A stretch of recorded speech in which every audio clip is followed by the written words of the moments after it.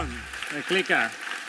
Welcome to the 2025 edition of the Blender Conference. So how are you guys feeling? Right?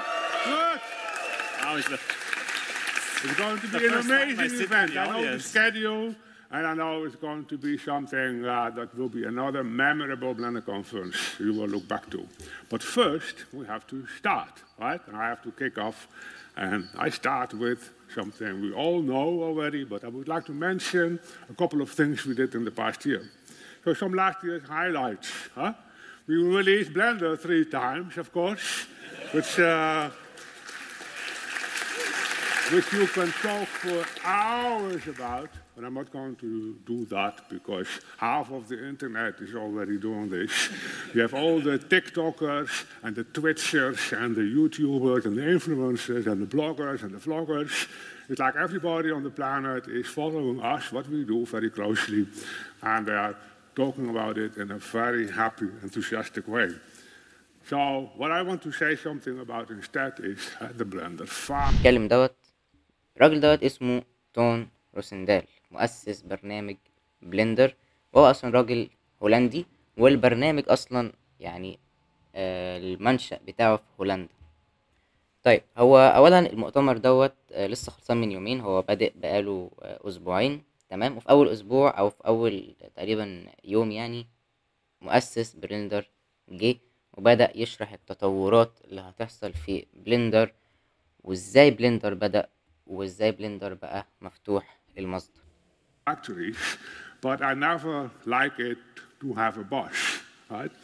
Nobody has to tell me what to do. I hate that, right? I want to be my own, in charge of my own future. But I also don't mind taking the responsibility for that, because if you want to be an entrepreneur, we have a lot of things to take care of, starting with getting people together, have offices, doing the financing, talking to tax offices, etc. So this is what makes me. And coincidentally, we are in the lucky circumstance that currently there's a Blender management team that also combines those four. And I would like to introduce them to you with the organizer. طيب هو هنا هيبدأ بقى يوريك قصة نجاح بلندر ازاي، او السر في نجاح بلندر. وانا كاتب لك organize designer developer والانتربرينور بتاع بلندر. Fiona Cohen, head of operations. طبعا ديت فيونا اللي هي الاورجنايزر، منظمة يعني.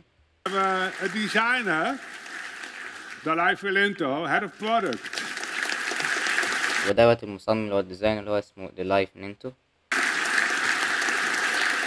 The developer, Sergey Zaribin, head of development.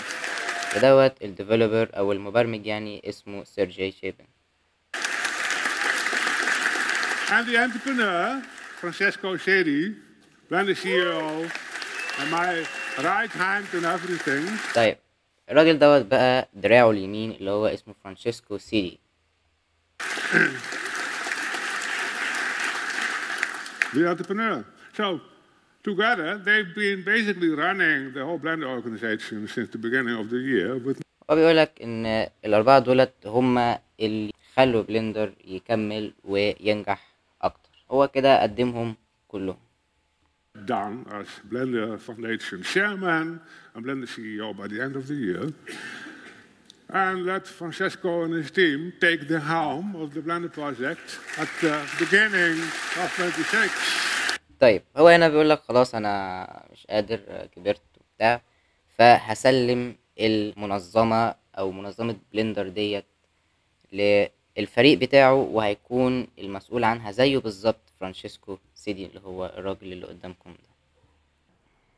وكمان هو بيعلن يعني ان هو هيشوف او هيتابع كل حاجة من بعيد، تمام. وهيكون في تحديثات تانية لبرنامج بلندر، تمام. فانا هسيب لكم لينك الفيديو دوت تحت في الديسكريبشن، تمام.